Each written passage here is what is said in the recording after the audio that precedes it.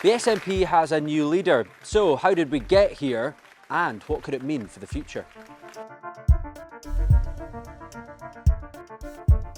Power's been concentrated within a tiny group in the SNP for a very long time. The party first came to power in 2007 under Alex Salmond, and at the same time they became a dominant political force. All the while the issue of independence was bubbling under the surface. Yes! Yes! Yes! Fast forward to 2014, there was a referendum.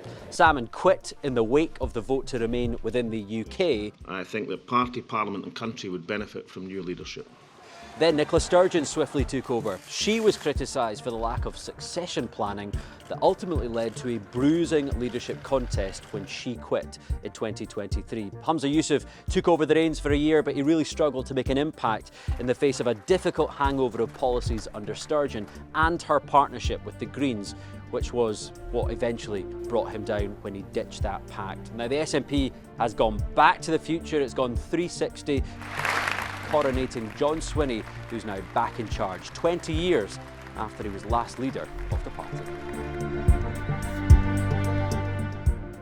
The SNP has been a party divided, a party split. Controversial policies like gender recognition reforms have caused disagreement, and John Swinney stood on a unity ticket.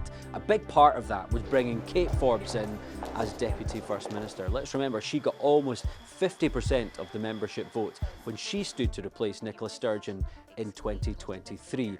Some, though, are worried that her rise to the top of government is a lurch to the right, and that is because she has said publicly she would have voted against gay marriage, and she also told Sky News that it was wrong to have children outside of marriage. My faith would say that children, well, it says sex is for marriage, and that's the approach that I would practice. Others say her beliefs are completely irrelevant to her getting on with the job. Either way, John Swinney has pledged to bring the SNP back together, and given he runs a minority government, he's going to have to work with other parties to try and improve things like education, where performance in some of Scotland's high schools has slipped, according to international research. He's also going to find it a real challenge to get consensus, given how polarised politics has become, the tribal nature of everything seen through the prism of the Scottish independence debate. The other big looming threat on the horizon is the general election.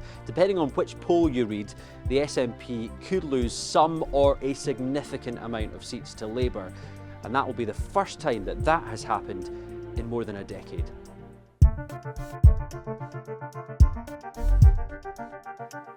John Swinney's campaign slogan was "Uniting for Independence," but hours into the job he ditched the dedicated government minister for independence. Now, he knows fine well that the polls are still hovering at around 50-50 and has suggested there's a lot of work to do to get majority support. But in the wake of Brexit, Nicola Sturgeon said that Scotland would have another vote. Years, though, have passed, promises have been made and they've not been delivered.